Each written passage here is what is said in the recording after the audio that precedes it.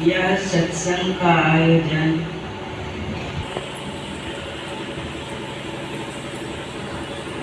देहांत के अवसर पर हुआ।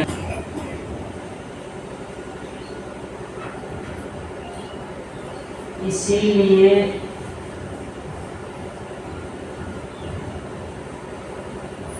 वेद भगवान उपदेश करते हैं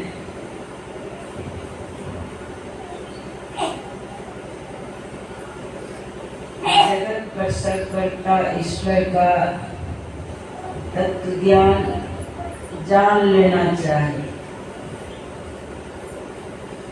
उस तत्व ज्ञान को जानने के लिए, उस तत्व को जानने के लिए,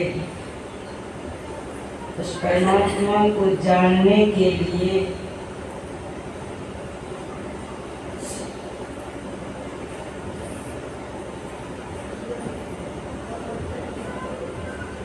सर्वप्रथम बुद्धि योग की जरूरत है। अपनी बुद्धि को जो सत्संग से जोड़ देते हैं,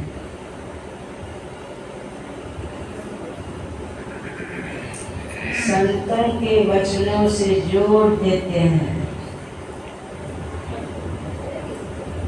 कुबुद्धि जो है सुबुद्धि में बदल जाती है। सत्संग सुनते सुनते बुद्धि सुबुद्धि में बदल जाती है।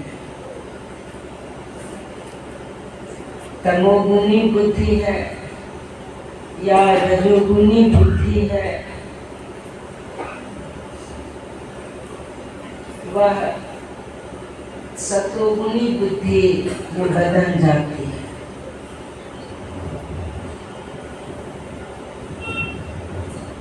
इसीलिए वेद भगवान कह रहे हैं पहले बुद्धि योग, मतलब खूब सत्संग करें, खूब संतों का संग करें, संतों के वचनों का खूब श्रवण करें।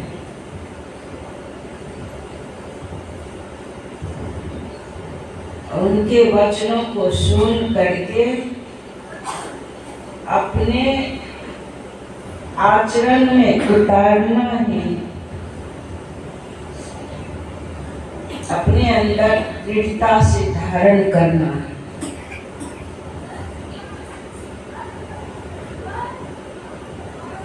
बुद्धि योग, मानस योग, अग्नि की ज्योतियों का योग कर योग के इस दृढ़ भूमि को अपने अंदर अच्छी प्रकार धारण करने की जरूरत है।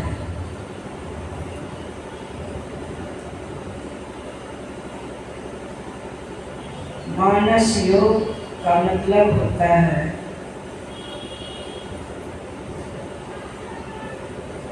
संसार के जितने रूप देख रहे हैं, जितने दृश्य दिख रहा है, सभी ओर से अपने ख्याल को हटाकर एक इष्ट के रूप में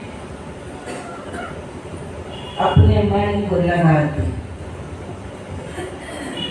एक ही रूप से प्रेम हो जाए, उस रूप को छोड़ करके और इधर जितना रूप है सारा रूप फीका पड़ जाए। उस रूप से इतना प्रेम हो जाए, इतना प्रेम हो जाए, उस रूप के बिना रहा नहीं जाए। या गुरु महाराज का जो नाम दिया हुआ मंत्र है, उस नाम को छोड़ करके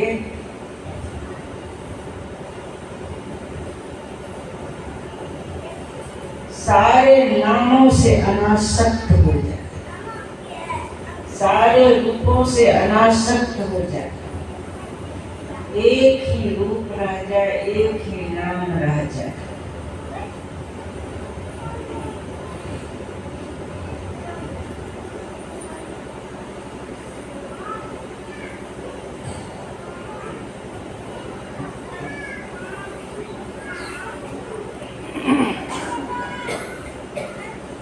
संसार को जो देख रहे हैं, दोनों दृष्टि की धारा जो है बिखरी हुई,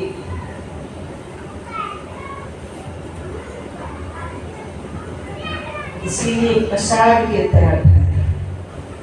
संसार के दृश्य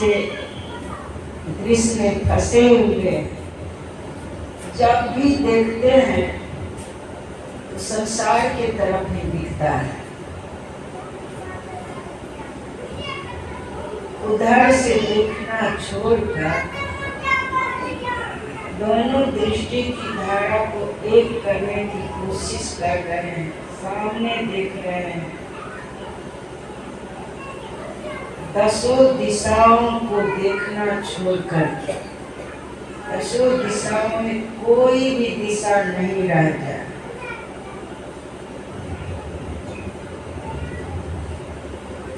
आगे पीछे बाएं दाएं, इसका विचारों को न रखिए।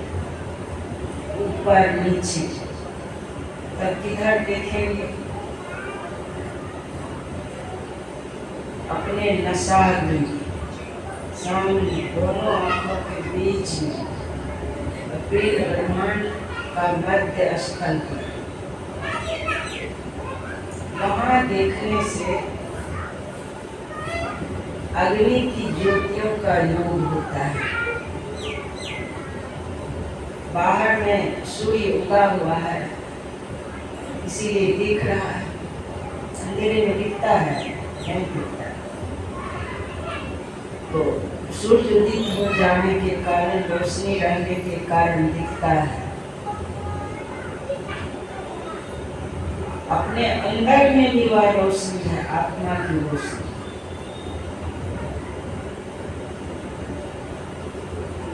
उधर से सिमट करके संसार की तरफ, जो अपनी रोशनी से संसार की तरफ देख रहे हैं, वह सिमट करके अगर सामने देखेंगे, अपनी आत्मा की रोशनी देखने की कोशिश करेंगे, नसार में देखने की कोशिश करेंगे, वहीं पर ज्योतिर्मय बिंदु प्रकट हो जाता है।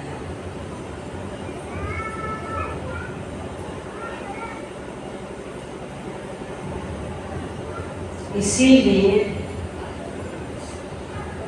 बाहर का देखना छोड़ करके अपने अंदर में देखना चाहते हैं, अपनी आत्मा से योग करना चाहते हैं, तो इस जीव को पीर से मिलाना चाहते हैं, जहाँ ब्रह्म स्वरूपिणी नारी है, इसको सुखमना कहते हैं। वहाँ पर अपने मन को स्थिर करें, योग हो जाए, उस परमात्मा से जुड़ जाएंगे। योग करते करते आप असली योगी बन जाएंगे।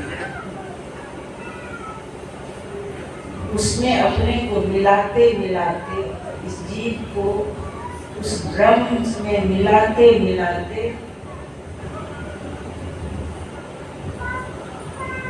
जिस कारण से यह जीव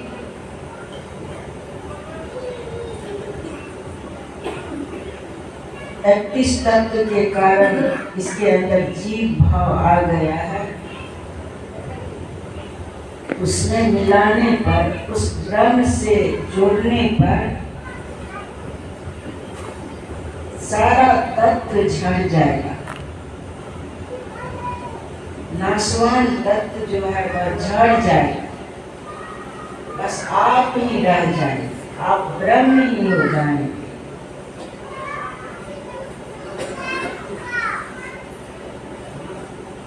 इसीलिए योग करने की जरूरत है। अस्थूल जगत में फंसे रहने के कारण, अस्थूल जगत को सत्य मान लेने के कारण संसार में बिखर गए। संसार ही सत्य भाषित होता है, संसार के ही नाम रूप में फंसे हुए रहते हैं। इसीलिए आप सिमटना चाहते हैं, उस परमात्मा को जानना चाहते हैं, तो अपने को समेटिए।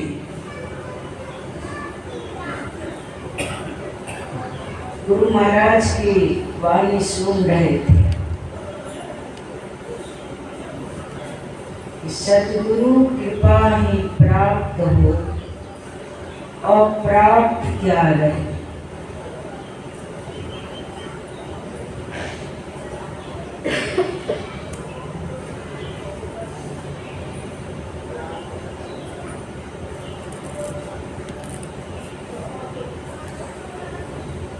कृपा कब होती है?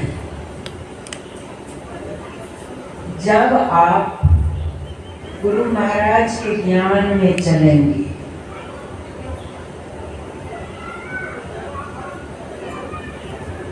संत सद्गुरु के आज्ञा का पालन करेंगे।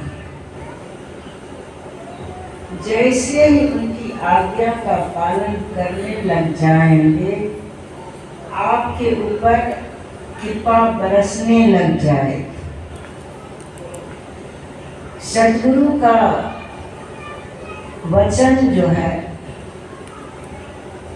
उनका जो ज्ञान है, समझ लीजिए वो अमृत है, अमृत तुल्य वचन है।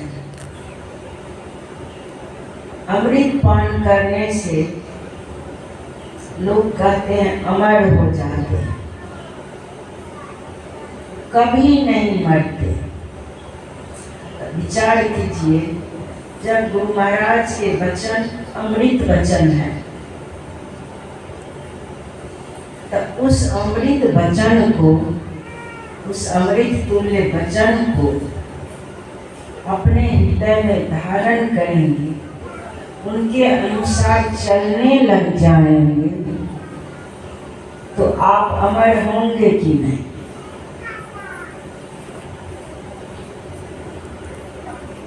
धीरे धीरे अमर हो जाएंगे।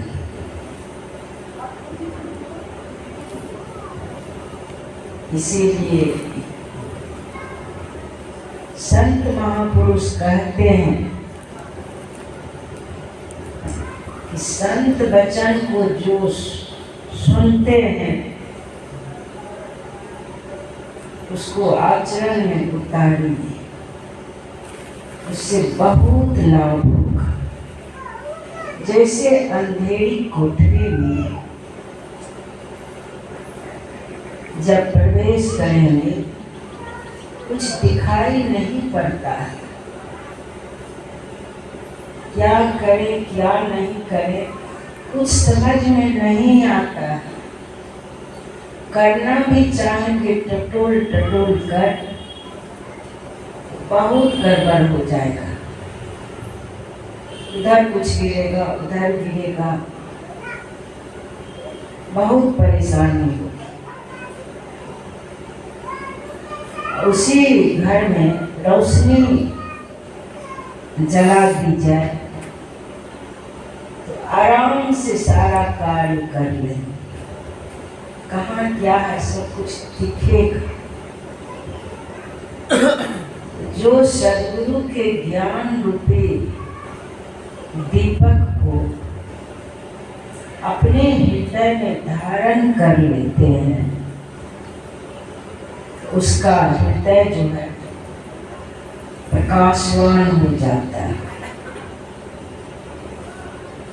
जब आपका हृदय, आपका मन प्रकाशवान हो जाएगा, फिर संसार में रहने पर भी संसार को संत महापुरुष अंधकार का रूप करते हैं। संसार रूपी अंधकार की तरफ रहने पर भी, इस नश्वर संसार में रहने पर भी आप प्रकाशवान हैं, तो स्पष्ट दिखेगा क्या करना चाहिए, क्या नहीं करना चाहिए, कैसे चलना चाहिए, क्या बोलना चाहिए, किस तरह से कर्तव्य कर्म करना चाहिए, किस तरह से अपना व्यवहार बनाएंगे जो भवजल में बहेंगे नहीं, भव फांस मेरे ऊपर नहीं लगेगा, हमारा मन मलिन नहीं होगा, हम भव बंधन में नहीं बंधेंगे। हर तरह से संसार की तरफ रहने पर भी बंधन से छूटते ही जाएंगे। कर्तव्य कर्म करते हुए भी, सबके साथ रहते हुए भी हमारे ऊपर बंधन नहीं लगेगा।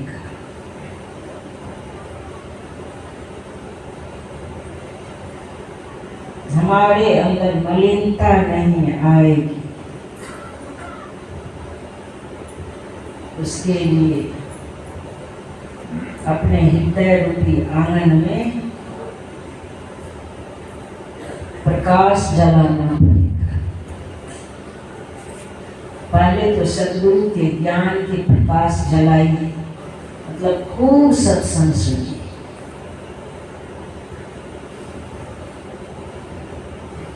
फिर सद्गुरु का नाम रूप जो है, समझ लीजिए वो भी प्रकाश स्वरूप ही है। उस रूप नाम का चिंतन करते करते और प्रकाशवान हो जाए, उस रूप का स्मरण करते करते उससे भी अधिक प्रकाशवान होने लग जाए। जैसे ही प्रकाशवान हो जाएंगे तो आपके अंदर भी वह प्रकाश जल उठेगा। ब्रह्म ज्योति जो है जलने लग जाए, आपके अंदर वह दीपक जल जाएगा। अपने घट दियना बारूरे, नाम की तेल सूरत की बातें, ब्रह्म अग्नि उद्गारू रे, अपने घट दियना बारूरे। अपने अंदर में वह दीपक जल जाएगा। और यह कार्य यही मानव कर सकता है। जब तक यह शरीर रूपी गाड़ी नया है, तब तक परमात्मा रूपी मंजिल तक जल्द से जल्द पहुंच जाएगी। अगर यह शरीर रूपी गाड़ी सेकेंड हैंड हो गया, सब पाठ पूजा गड़बड़ हो गया, कमजोर हो गया, तब परमात्मा रूपी मंजिल तक पहुंच पाना मुश्किल हो जाएगा। इसीलिए सर्वप्रथम अपना काम बना लेना चाहिए। इस शरीर रूपी गृह में या अपने हृदय में उस दीपक को जला लीजिए।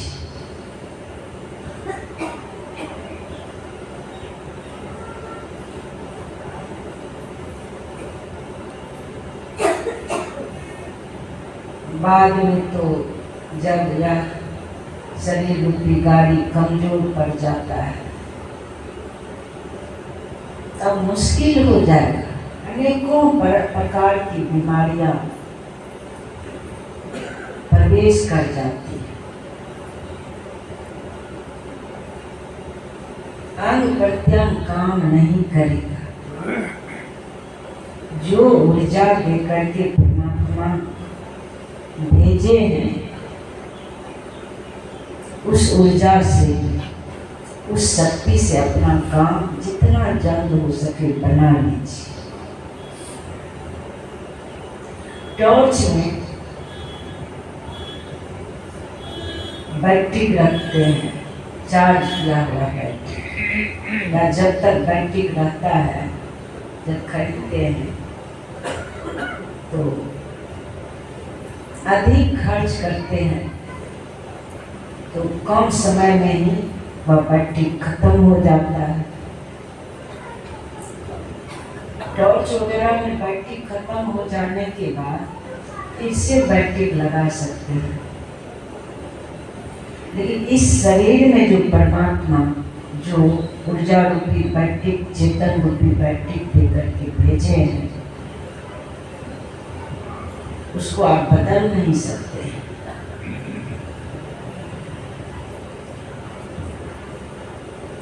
धीरे धीरे एक दिन मृत्यु के मुख में चले जाएंगे। एक दिन शरीर का अंत हो जाएगा। जब तक यह शरीर है तो चेतन रूपी बैटरी भी इस शरीर में दिया हुआ है, और आप इस ऊर्जा को, इस चेतन को किस कार्य में खर्च कर रहे हैं वो आपके ऊपर है।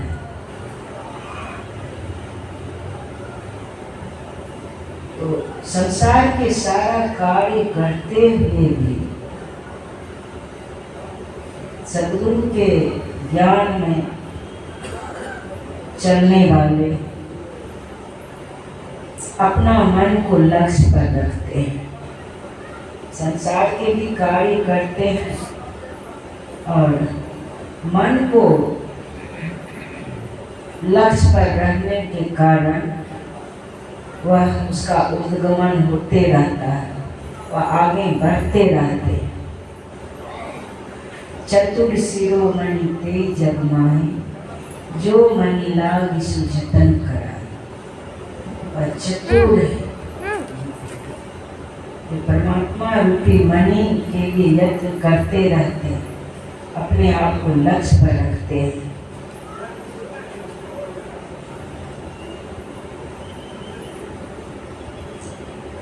जितना जल्दी हो सके जल्दी अपना काम बना लीजिए, नहीं तो जैसे दीपक में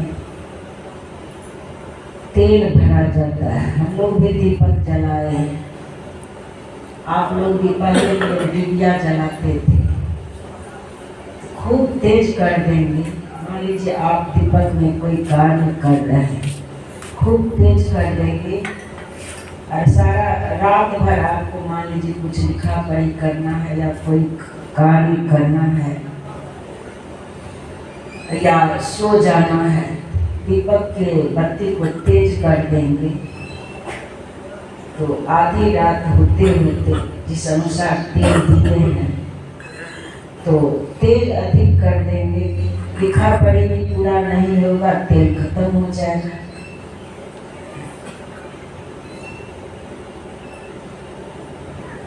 या आप सो करके गंवाए हैं, अपना काम नहीं किए तो वो तो आपके ऊपर है। उसी तरह से इस शरीर में भी चेतन रूपी तेल दे करके परमात्मा भेजे अपना काम बना।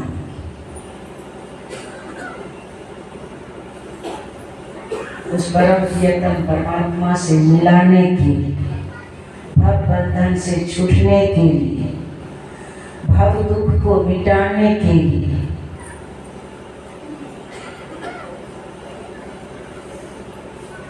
तो उसके लिए इस शरीर में समझ लीजिए वह चेतन रूपी तेल है। जितना जल्दी हो सके ये इस शरीर में जो चेतन है इसको पेट से ब्रह्मांड की तरफ ले जाना चाहते हैं।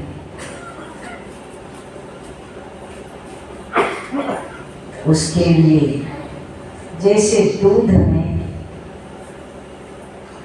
सब जानते हैं घृत है, दूध में सबको पता है घृत है, और वह घृत कैसे निकलता है। तो माँ बहन दूध को मंथन करती है या दूध को उबाल करके उस पर से मक्खन निकाल लेती है। फिर मक्खन को निकाल लेने पर उसको मथती है। मंथन करते करते उसमें से क्रीम निकल जाता है। फिर उस क्रीम को अग्नि पर चढ़ाते हैं। अग्नि पर चढ़ा देने के बाद पहले तो पिघलता है, फिर धीरे धीरे घी अलग होने लग जाता है और उसमें जो मट्ठा है वो अलग होने लग जाता है। फिर उसको लेकिन जलाना पड़ता है। नहीं जलाएंगे बढ़िया से तो वह मट्ठा जो है उसको उसकी मट्ठा में मिला हुआ घी को रख देंगे, उसमें जल्दी कीटाणु हो जाए। कीटाणु होना है, बढ़िया से काम नहीं बन पाएगा। तो उसको बढ़िया से अग्नि पर चढ़ा करके उस पर स्थिर से अग्नि आँच देते रहेंगे तो धीरे धीरे मट्ठा जल जाएगा और घी अलग हो जाएगा, मट्ठा अलग हो जाएगा। फिर उस घी को रख देने पर शुद्ध घी बन जाता है। जबकि कीटाणु उसमें नहीं लग जाता, नहीं लगता, मतलब शुद्ध घी हो जाता है।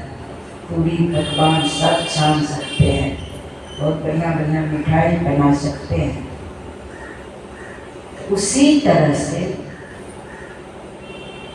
समझ लीजिए दूध के तरह ही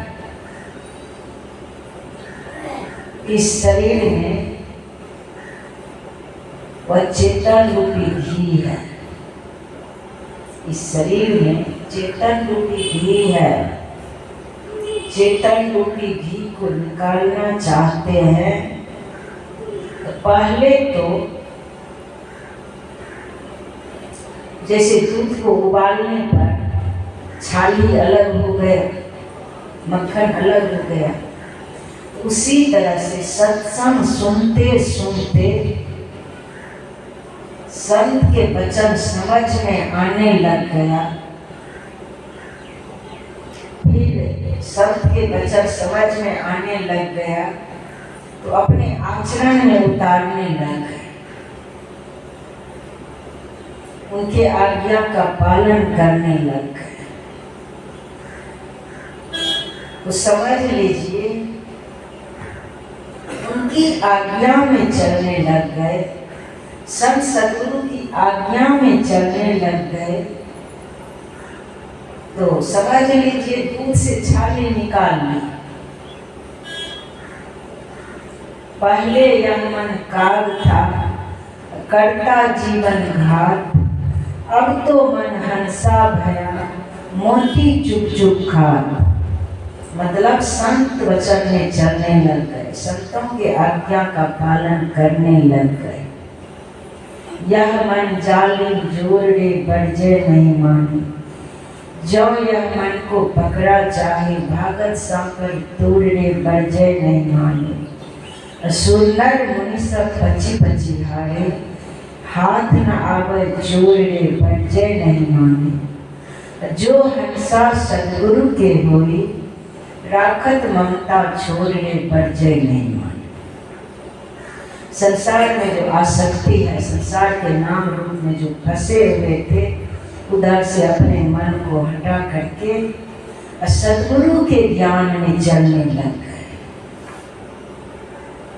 मन वचन कर्म सुंदर हो गया, सद्ज्ञान को धारण कर लिए, सदाचारी बन गए, शिष्टाचारी बन गए, शुच्याचारी बन गए।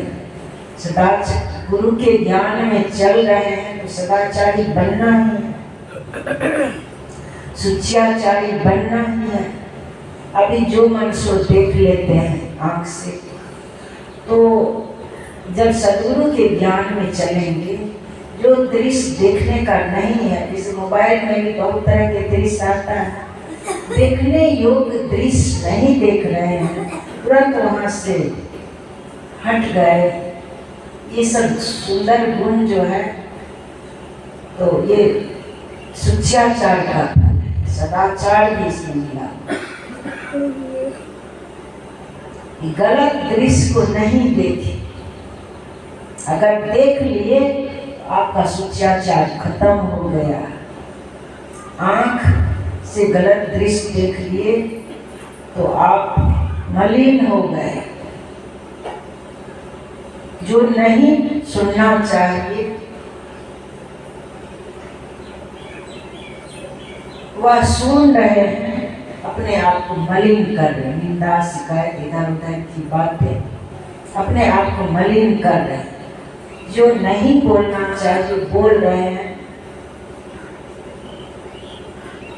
निंदा शिकायत गाली वगैरह बक रहे हैं, आपका मुख मलिन हो रहा है। काग वाली वृत्ति है, पहले यह मन काग था, करता जीवन घाट। संसार की तरफ रहने से अपने जीवन को खत्म कर रहे हैं, नाश कर रहे हैं। यह सुंदर जीवन मिला था, भजन करने के लिए उसको नष्ट कर रहे हैं। पाप लग रहा है। इसलिए गुरु ज्ञान में चलने पर समझ लीजिए, दूध से मक्खन निकालिए, छाली निकालिए। अब इस छाली को क्या करना है? मंथन करना है। अब सद्गुरु के ज्ञान में चलने लग गए, छाली निकल चुका है। अब इसको मंथन करना है। पिंड ब्रह्मांड के मध्य में उस क्रीम, वहाँ मन रूपी छाली को रखना है। पिंड ब्रह्मांड के मध्य में, तब वहाँ पर मंथन करना है।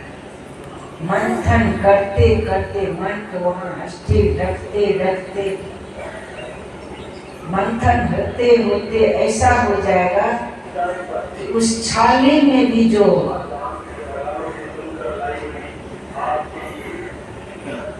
निकालने योग्य वस्तु है, मतलब हटा देने योग्य, उसको घोर कहते हैं।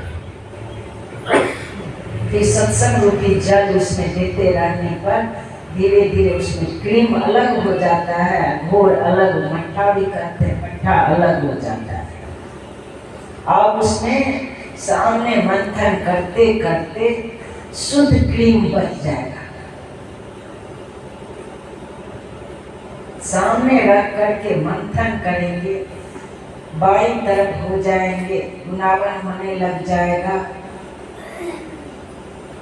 जैसे ही गुनावन हो रहा है तो समझ लीजिए आप दाईं तरफ हो गए, नींद आलस में चले गए, बाईं तरफ हो गए। मध्य में रह करके मंथन हो रहा है तो समझ लीजिए काम बन रहा है, मंथन हो रहा है। मध्य में बारंबार मन को स्थिर कर रहे हैं तो मंथन हो रहा है। इस तरह से मंथन करते करते शुद्ध क्रीम निकल जाएगा। फिर उस शुद्ध क्रीम को अंदर में जब ब्रह्म अग्नि जलने लग जाती है समझ लीजिए, सार सबको ब्रह्म अग्नि समझ लीजिए, बिंदु नाथ को ब्रह्म अग्नि समझ लीजिए। बिंदु प्राप्त होने के बाद वह नाद को प्रकट कर देता है। जो नाद श्रवण करने लग जाता है, समझ लीजिए वह ब्रह्म अग्नि पर उस क्रीम रूपी सूरत को चढ़ा दिए। जैसे ही सूरत रूपी क्रीम को ब्रह्मनाद रूपी अग्नि ब्रह्म अग्नि पर चढ़ाए, तो धीरे धीरे जो है उसमें जो है जो मट्ठा खुजा है वो अलग होने लग जाता है, मट्ठा जलने लग जाता है। पहले पिघलता है, अब पिघल गया तो इतना उसके अंदर से आंसू, प्रेमाश्रु बहने लग जाता है। उस प्रेम भक्त के हृदय अंदर से प्रेमाश्रु बहने लग जाता है।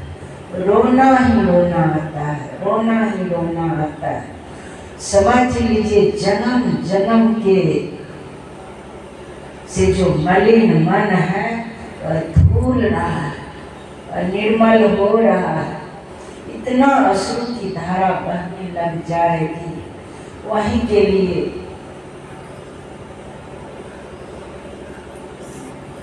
कबीर साहब कहते हैं, दुखित तब बिनु रहूं निस्दिन, प्रकट दर्शन दीजिए, विनती सुन प्रिय स्वामिया, अब विलंब न कीजिए। इतना प्रेम हो जाए, इतना प्रेम हो जाए। इस हाथ से भी गुरु महाराज लिखाए थे उस समय, वैसी स्थिति आ गई थी। आओ प्रभु क्यों देर करत, तुम बिन जिया न जाए, राह दिखत अखिया तरसत, हर पल जिया घबरा, कैसे जीऊं तो से दूर, दीजय नाथ बता, तरपत बीते दिन रैन, भव नगरी न सुहा। चूड़ी पटकू पलंग पर, बिंदिया फेंकू आग, सदगुरु के दरस दिन जल गए मोरी भाग। आत्मा रूपी सदगुरु के लिए यहाँ पर कहा जा रहा है।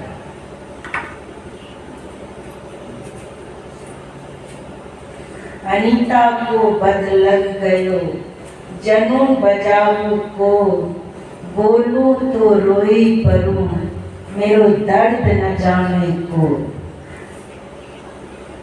मीराबाई की वाणी में है, तरस दिन दुखन लाग्यो न, जब से तुम बिछुड़े मेरे प्रभु जी, कब हुन आयो चैन।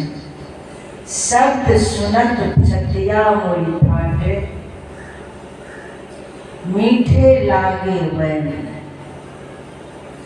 मीरा के प्रभु कब रे मिलोगे, दुख में टन सुख दें, दरस दिन दुखन लाग्यो नहीं। इसीलिए सार शब्द रूपी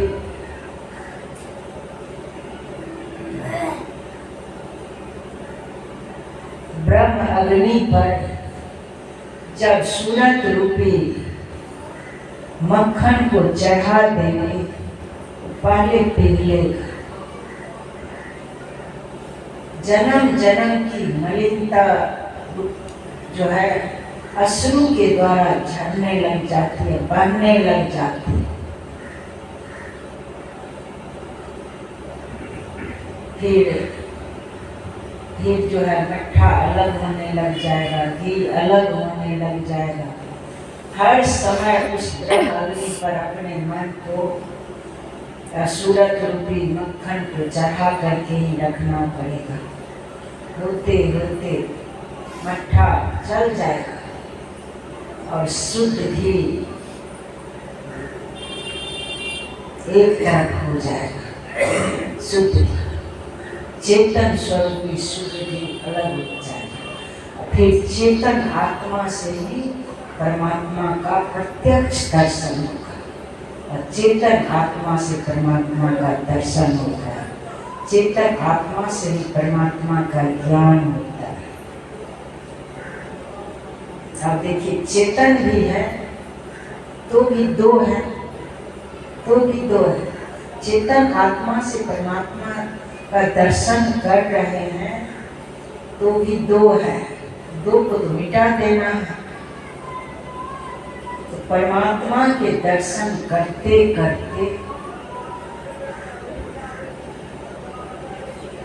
जो देखने वाला है वह चेतन स्वरूप है। देख जो रहा है मान लीजिए परमात्मा है,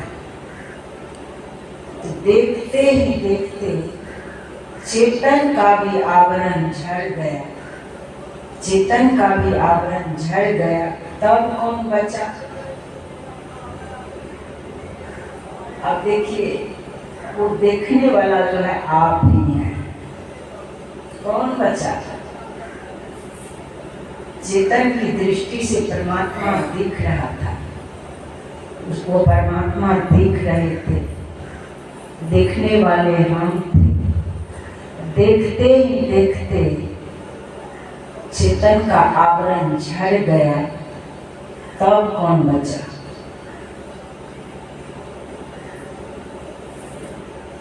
आप ही बच गए। हम प्रभु प्रभु हम एक ही होई, द्वंद्व रूपेत रहे नहीं कोई।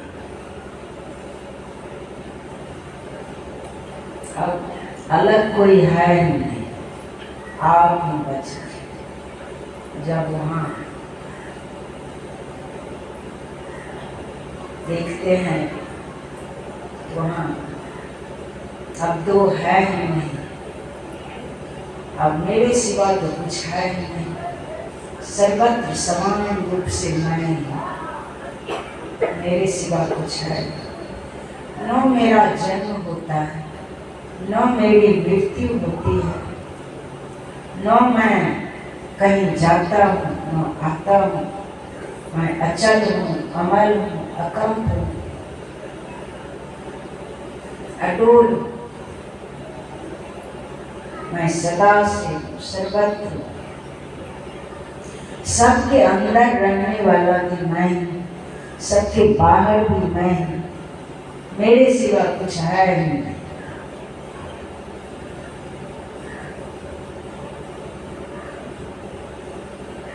बताइए, वही आप लोग हैं, वही आप हैं, वही एक अनेक बन गए।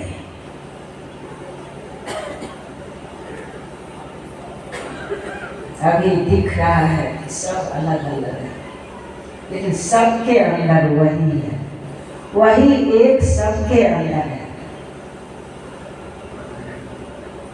उस परम प्रियतम परमात्मा की तरफ जैसे ही चलेंगे, वो सुख के समुद्र है। परमात्मा सुख के समुद्र है, आनंद के समुद्र है, वो प्रेम के समुद्र है, सुख के समुद्र है। विचार कीजिए, जैसे अग्नि प्रज्वलित है, अग्नि के नजदीक जाएंगे तो शरीर जलने लग जाता है। अधिक से अधिक नजदीक हो जाएंगे तो जलने लगता है कि नहीं? गर्म महसूस होने लग जाता है, अधिक गर्मी, क्योंकि अग्नि में परमात्मा जो है शांति के स्वरूप है, वो आनंद के स्वरूप है, सुख के स्वरूप है, प्रेम के स्वरूप है। तो परमात्मा की तरफ जब चलेंगे, जिस तरफ आप आगे बढ़ेंगे वो अचल है, अमल है, अस्थिर है, आनंद स्वरूप है।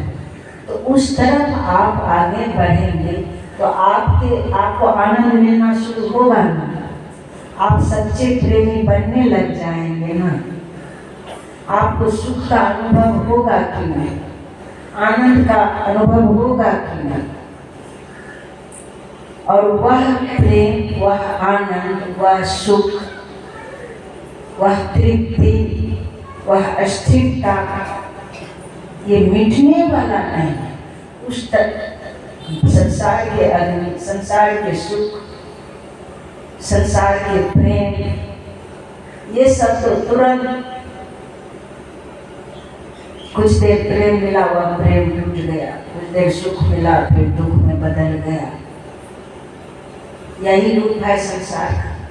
जो संसार नश्वर है, पल पल नाश की तरफ जा रहे हैं और उसके पीछे दौड़ रहे हैं, बताइए वो दुर्गति की तरफ जा रहे हैं कि नहीं?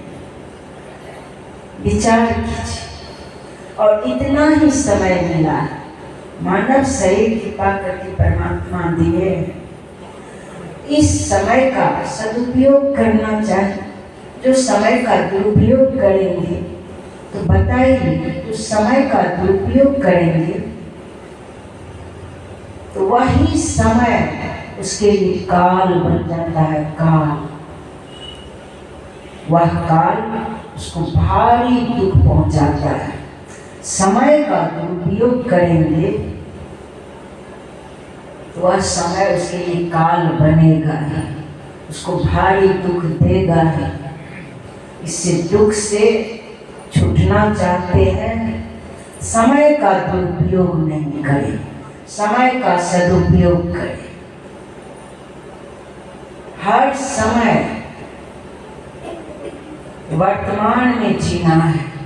वर्तमान में शुभ कर्म करेंगे, वर्तमान में हम शुभ कर्म करेंगे, शुभ कर्म का फल जो है सुख मिलेगा। अशुभ कर्म कर रहे हैं, इसीलिए शुभ कर्म हो रहा है कि सद्गुरु के ज्ञान के प्रकाश में चल रहे हैं। हर समय ज्ञान के प्रकाश में चल रहे हैं, हृदय को प्रकाशवान बना लिए हैं, तो उससे अशुभ कर्म होगा, अशुभ कर्म नहीं होगा।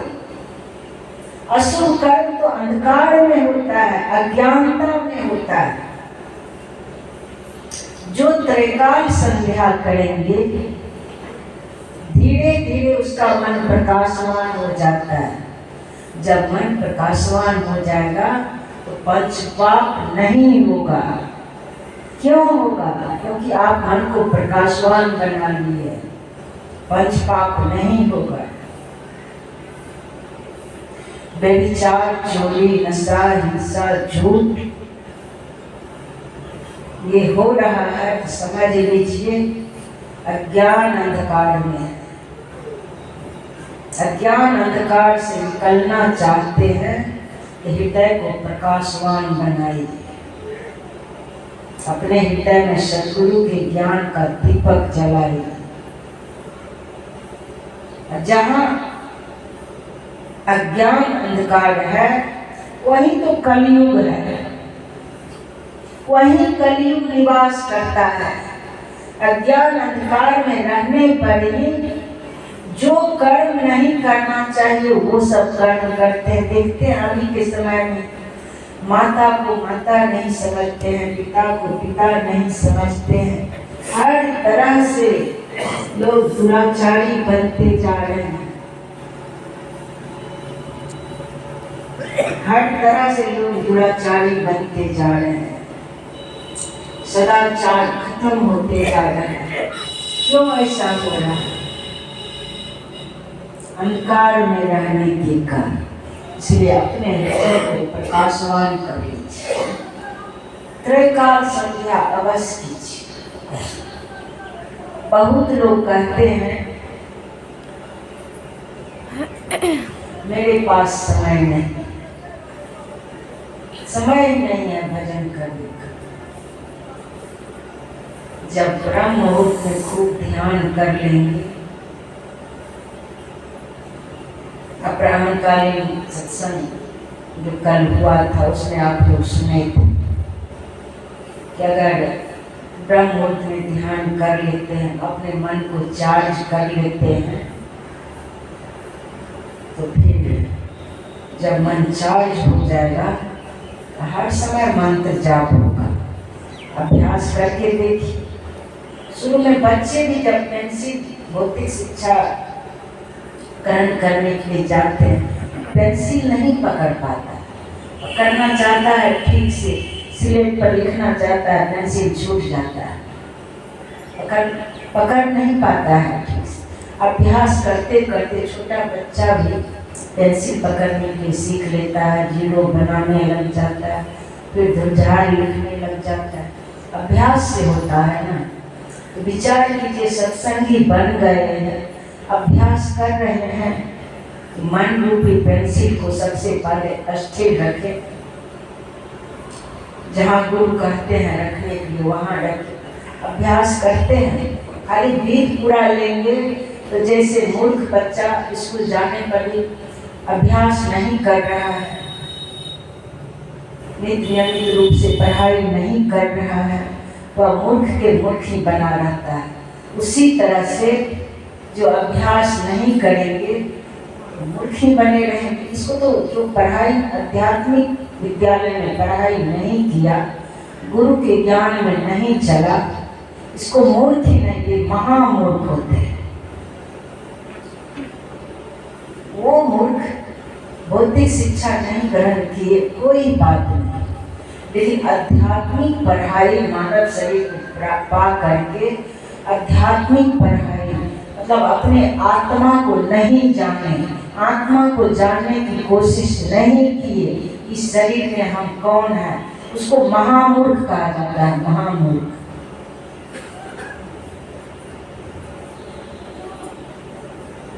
इसलिए प्रयास कीजिए,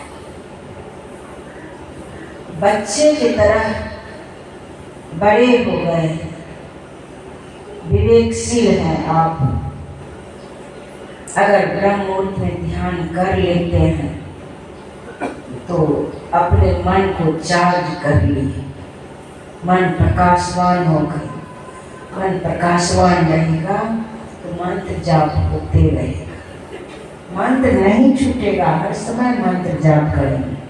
क्योंकि 1 घंटे बैठ करके संसार का देखना, सुनना, बोलना, सभी तरह के क्रियाकलाप को टाल करके आप स्थिर हुए हैं, भजन करने के लिए, ध्यान करने के लिए स्थिर हुए हैं, तप करने के लिए बैठे हैं। योगा अग्नि में अपने आप को योगा अग्नि पर चढ़ाए हैं, वहां पर तो शुद्धि होगी ही। तप करने बैठे हैं, आप असली तपस्वी बनेंगे। मन संसार की तरफ भाग रहा है, वहां से मन को हटा करके सामने स्थिर कर रहे हैं। इससे बढ़कर कोई तप नहीं है। जितने प्रकार के तप होते हैं, पूरे संसार में जितने प्रकार का तप हो रहा है, लोग तप करते हैं, धरती में गाड़ देते हैं अपने आप को, जल में बैठ जाते हैं, अग्नि पर बैठते हैं, शीशे बिछा करके बैठते हैं, चारों तरफ अग्नि जला देते हैं, बीच में बैठते हैं, बहुत तरह से लोग तप करते हैं। सारे तप के फल को तराजू में एक पलड़ा पर दे दीजिए। मन संसार के तरफ भाग रहे, मन को वहां से हटा करके मंत्र में लगाइए। इस पुण्य के फल को भी तराजू के दूसरे पलड़ा पर दे दीजिए। हजारों हजारों वर्ष तक और सभी प्रकार के तप किए हैं, उसको एक पलड़ा पर दे दीजिए। वह पलड़ा हल्का रहेगा। इस पलड़ा में एक बार भी मंत्र संसार की तरफ मन हटा करके मंत्र में लगाए हैं, यह पलड़ा भारी हो जाएगा। इस पुण्य का अंदाजा नहीं है, क्योंकि यही पुण्य आपको बंधन से छूटने का कार्य करेगा। यही पुण्य आपके जीवन में अमरता ला देगा। यही पुण्य आपको परम प्रकाशवान बना देंगे। यही पुण्य आपके जीवन को मंगलमय बना देगा। यही पुण्य एक दिन सद्गुरु के ज्ञान की शीतल छाया में आपको विश्राम मिलेंगे। यही पुण्य आपके जीवन से सारे झंझटों को खत्म कर देंगे। विचार कीजिए। इसीलिए ब्रह्म मुहूर्त में पहले तप कीजिए, तप कीजिए, योग कीजिए। योगा अग्नि पर अपने को चढ़ाइए, आप असली योगी बन जाए। योगी योग करते करते एक दिन उस परमात्मा में एक हो जाएंगे। 1 घंटे तक सावधान होकर के कीजिए, कुल्ला वगैरह फ्रेश होकर के बैठे, बिछावन से अलग होकर के बैठे, सारे मोह ममता को टाल करके बैठे। मोह ममता में आलस में पड़े रहेंगे तो समझ लीजिए भवजल में बह रहे हैं। संसार रूपी ग्रह आपको निगल गया है, उसको टाड़िए, जोर जबरदस्ती टाड़िए, हट जाइए टाड़ करके और योग करने के लिए बैठ जाए, उस भगवान का स्मरण करने के लिए बैठ जाए। कितना बड़ा काम होगा, विचार कीजिए, कितना बड़ा काम, बहुत बड़ा कार्य, सर्वश्रेष्ठ कार्य है। जीवन में जितने कार्य हैं, इस मानव जीवन में समझ लीजिए जन्म से लेकर बुढ़ापा तक के योग करना, उस ब्रह्म से योग करना सर्वश्रेष्ठ कार्य है। गुरु मंत्र को पकड़े हुए हैं, समझ लीजिए योग कर रहे हैं। गुरु रूप का स्मरण हो रहा है तो योग कर रहे हैं। लेकिन कम से कम पहले ब्रह्म मुहूर्त में बिल्कुल संसार को टाल करके अस्थिर हो जाए। आंख कान मुख बंद कराओ, अनहद झिंगा झोर सुना। जो अनहद नाद नहीं सुनते, अनहद नाद ही तब प्रकट होता है। करते करते आप सिमटाव में आ जाएंगे। योग करते करते मन को मानस जाप मानस ध्यान, मन से मानस जाप मानस ध्यान करते करते संसार के नाम रूप से सिमट करके आप मध्य में आ जाएंगे, पिंड ब्रह्मांड के मध्य में आ जाएंगे, संसार के मध्य में आ जाएंगे। संसार का कभी पता लगाए हैं कहाँ आदि है कहाँ अंत है? परमात्मा का भी आदि अंत नहीं है। परमात्मा का वो सदा से है, सर्वत्र है। लेकिन संसार का भी पता नहीं चलता है। संसार का भी पता नहीं चलेगा। दौड़ते रहेंगे जीवन भर, कहते हैं 3 कोना जल ही जल है, वो भी तो संसार ही है ना। कहाँ उसका आदि है कहाँ अंत है पता है किसी को? शायद वैज्ञानिक भी पता नहीं लगा सकते, क्योंकि यह संसार परमात्मा के गर्भ में है, परमात्मा के अंदर है यह संसार। सोचिए जितना बड़ा संसार है, चाहे शून्य ही क्यों नहीं है, शून्य ही शून्य है, तो जितना बड़ा परमात्मा है उसके गर्भ में यह संसार है। संसार का पता लगा सकते हैं? संसार का भी कोई छोड़ नहीं है।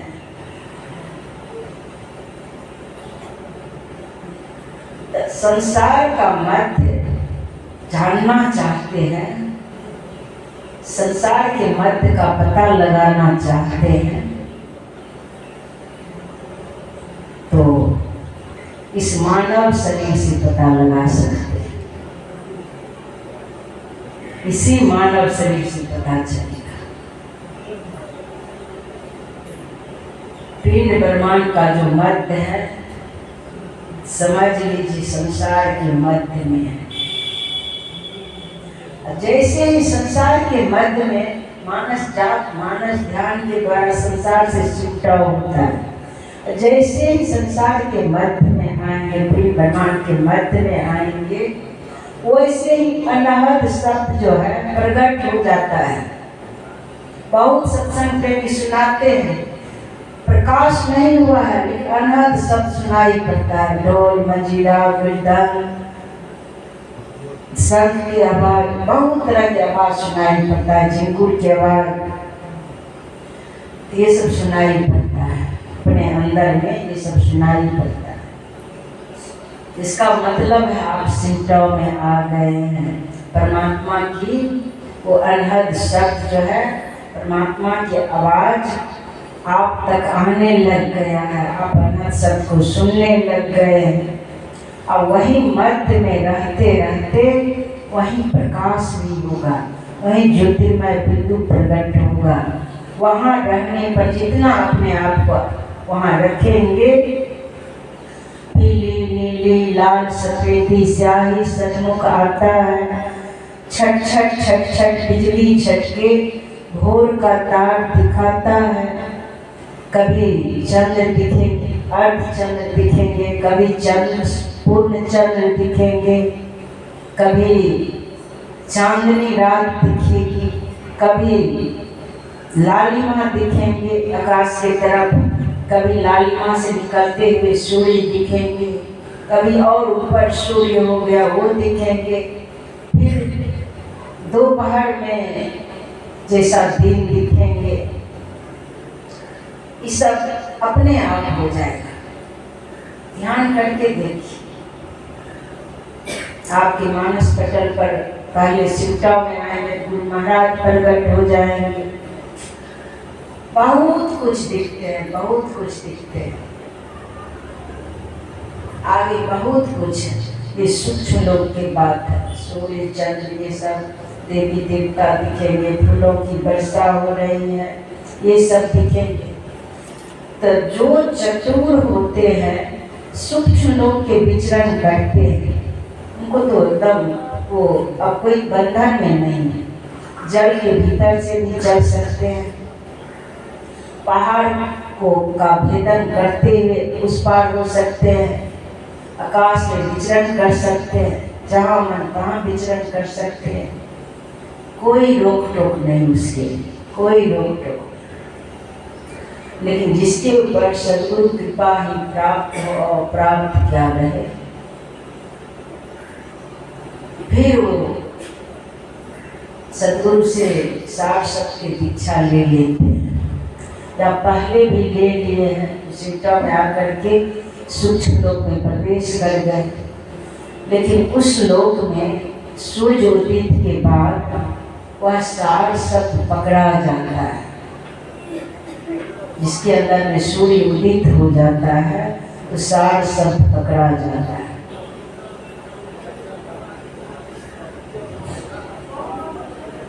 सार शब्द को पकड़ने के लिए रात में जग जग करके ध्यान करना होगा। समय कितना है? सवा नौ।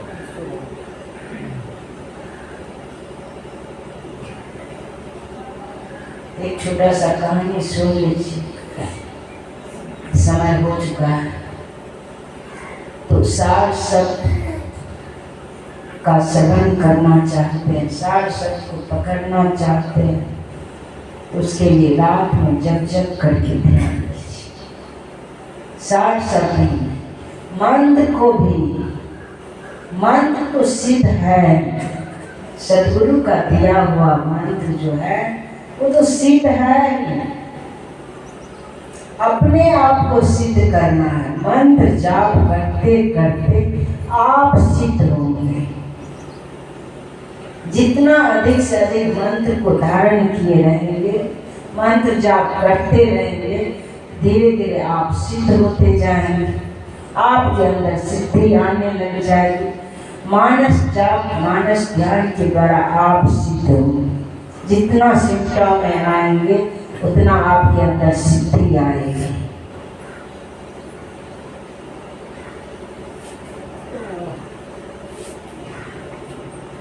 तो सुन रहे थे, सबसे पहले सर्वप्रथम ब्रह्म मुहूर्त में खूब भजन कर लीजिए, ताकि पूरा दिन रात आपका सुंदर रहे, हर समय मंत्र जाप होता रहे। जब देखिए क्या गुरु महाराज की आज्ञा है, आज्ञा से बढ़ करके बोल देते हैं, आज्ञा सब सुसाई सेवा। प्रवचन के समय में बहुतों को सुनती हूँ कि प्रवचन जब करने के लिए कहते आज्ञा सब सुसाई सेवा, और कोई बता दिए तो कहते हैं आज्ञा सब सुसाई सेवा, उस साहिब की सेवा। जो साहिब कर रहे हैं कम से कम त्रैकाल संध्या करेंगे, आज्ञा का पालन नहीं करते। बताइए 10 मिनट 5 मिनट कर लिए, विधि पूरा ली, उससे ध्यान हो जाएगा। मान लीजिए साधारण चावल को चूल्हा पर चढ़ाते हैं, भोजन करना चाहते हैं, सोचते हैं वैसे आधे पर उतार लेंगे, चावल गर्म पानी में देंगे उतार लेंगे, पानी गर्म होगा चावल दिए उतार लेंगे, चावल सिद्ध नहीं हुआ उतार लिए, उसको मूर्ख कहेगा कि उसी तरह का है ना। गुरु महाराज कम से कम 1 घंटे ध्यान करने की, उसमें भी सावधान होकर। तो जैसे चावल में अग्नि, चावल को गर्म जल में देते हैं, फिर उसमें आंच लगाते रहते हैं, धीरे धीरे चावल सिद्ध होने लगता है। जब तक सिद्ध नहीं होता है पूरा ऊपर से नीचे खौलते रहता है, होते होते चावल सिद्ध हो जाता है। उसी तरह से मन को ब्रह्म अग्नि पर चढ़ाएंगे, 1 घंटे ही चढ़ाएंगे, तो मन भावना इधर से उधर होते रहना, ये चिंतन वो गुनावन, नींद में चले गए गुनावन होने लग गए, ये सब खोलना है। बहुत जटिलता आ गई है, फिर सो जाए, समय का दुरुपयोग किए हैं, फिर सो जाए, आलस ग्राह निकल जाए। सबसे नजदीक में कोई राक्षसी है तो समझ लीजिए आलस है, भजन नहीं करने देंगे। आलस क्यों सता रहा है, इस पर भी विचार करें। या अधिक खाए, थोड़ो खाए तो कल्पे झलपे, घनो खाई ले रोगी, दोनों पखा की संधि विचारे, सो है बिरला जोगी। जब ध्यान करना है तो हल्का भोजन कीजिए, समय पर उठ के ध्यान कीजिए, और जब तक मन अस्थिर नहीं हो जाए, मन जब तक भाग रहा है तब तक समझिए सिद्ध नहीं हुआ है। मन को अस्थिर कीजिए, मंत्र जाप करते रहिए, मंत्र जाप करते करते अस्थिर होना है। अस्थिर हो गए या बिंदु के झलक देख ली, गुरु महाराज का ही दर्शन हो गया, दामिनी दमके चंदा चलते, सूर्य तपे ज्योति मंडल। यहाँ तो गुरु महाराज कह रहे हैं इस मंडल से आगे भी रो और तुम्हें बढ़ना होगा। फिर कम से कम इस मंडल में भी पहुंच जाएंगे, कुछ दिख जाए तो थोड़ी सी सिद्धि आई, थोड़ा सा काम बना, बैठे थे थोड़ा सा काम बना, मन को आनंद मिला अंतर जगत में। अब वही मन कहेगा कि चलो जहाँ पर आनंद है, जहाँ पर अंतर जगत में आनंद है वहाँ चलो। फिर वही मन को बाहर में मन नहीं लगेगा, फिर वही मन आपका मित्र बन जाएगा, शत्रु नहीं रहेगा। इसीलिए वो कहानी मुझे बहुत अच्छा लगता है, मैं सुनाती हूँ बीच बीच में, कहीं कहीं जाती हूँ। मछली की कहानी आप लोग सुने होंगे। वो छोटी सी मछली ऊपर में तैर रही थी, छोटी छोटी मछली ऊपर में तैर ली है। छोटी मछली देखती है मछुआरा आ गया है, अब जाल गिराने वाला है, तो वो तुरंत बड़ी मछली के पास गई, बोली बहन बहन मछुआरा आ गया, हम लोग अब सब जाल में फंस जाएंगे।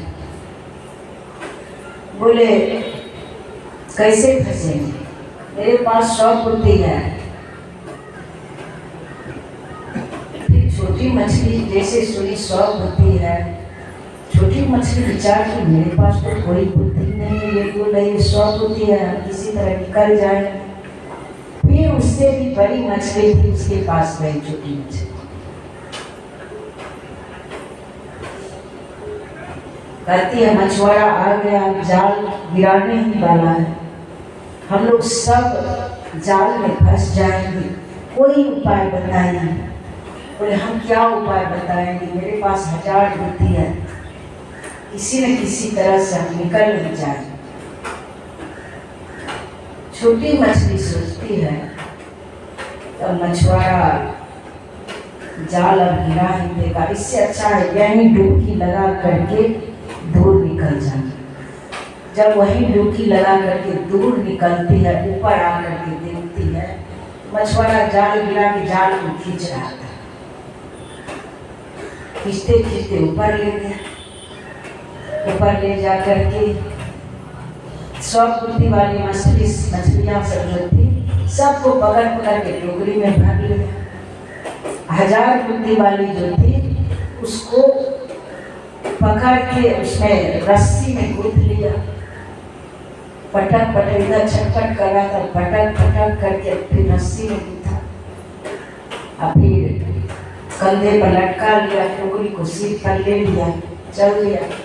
छोटी मछली कहती है हे भगवान, भले मेरे पास 100 बुद्धि नहीं था, हे भगवान भले मेरे पास 1000 बुद्धि नहीं था, मेरे पास 100 बुद्धि 1000 बुद्धि रहता तो मेरी भी यही दुर्गति होती। भले मेरे पास एक ही बुद्धि था जो वहीं डुबकी लगाई और वहाँ से निकल करके यहाँ आ गई। देखिए उसी तरह से संसार जो है देख रहे हैं नाशवान है, पल पल नाश की तरफ जा रहा है। साथ ही साथ कहेंगे मछली को पकड़ने के लिए मछुआरा जाल गिराया, हम लोग तो आजाद हैं, लेकिन जान लीजिए यहाँ भी पंच विषय रूपी जाल गिरा हुआ है, पंच विषय रूपी जाल गिरा हुआ है। पंच विषय में जो फंसते जा रहे हैं तो समझ लीजिए जाल में फंसते जा रहे हैं। और पंच विषयों का जाल ऐसा जाल है कि उस जाल से तो निकल भी जाता है, इस जाल से निकल पाना मुश्किल है। अब तो पंच विषयों का जो जाल है, इस जाल से निकल पाना मुश्किल है। माया को पहचान कर पाना मुश्किल है, माया को उसके संत पहचान पाते हैं। इसलिए पंच विषयों के जाल में से निकलना चाहते हैं तो समझ लीजिए जो फंस भी गए हैं, फंस ही गए हैं, लोग फंस ही जाते हैं, जन्म लेते हैं उसी समय से फंसते जा रहे हैं, फंसते जा रहे हैं। इतना मोह सबसे हो जाता है कि उससे उस जाल से निकलना जैसे चमड़ा को छीलने पर काट करके चमड़ा को छिला जाए कितना कष्ट होता है, उतना ही कष्ट होता है संसार के जो मोह माया में फंसते हैं, बहुत कष्ट होता है। वह याद जो है संसार का याद कर पाता है, लेकिन लोग पहचान नहीं कर पाता है। कहते हैं कि मेरा परिवार है, मेरा रिश्ता है। जो पिता बना वह आत्मा, जीवात्मा, उससे पहले कौन था? विचार कीजिए, उससे पहले कौन था? किसी का कोई मर जाए उस पर विचार कीजिए, शरीर तो रह ही गया, उसमें से आत्मा निकल गई। वो आत्मा उसके तरफ ध्यान जाए तब तो शरीर के लिए मरते रहता है, इस 5 तत्व के लिए रोते रहता है। वो आत्मा तो है, अगर उनसे प्रेम है तो ध्यान दीजिए, देखिए वह कहाँ। अभी मेरा बेटा है, फिर उससे निकल गया, फिर वह कहाँ जाएगा? उससे पहले कौन था? उससे पहले कौन था? जब विचार करें दुख खत्म हो जाए। इसीलिए आज न कल मृत्यु सत्य है, सबको संसार से मतलब इस शरीर को एक दिन छोड़ना है। जीवात्मा तो अमर है, जैसे परमात्मा अमर है उसी तरह जीवात्मा भी अमर है। और जितना जल्दी हो सके इस जीव को उस पीठ में उस पीठ पर चढ़ा दीजिए, जिनका जीव है उनको सौंप दीजिए।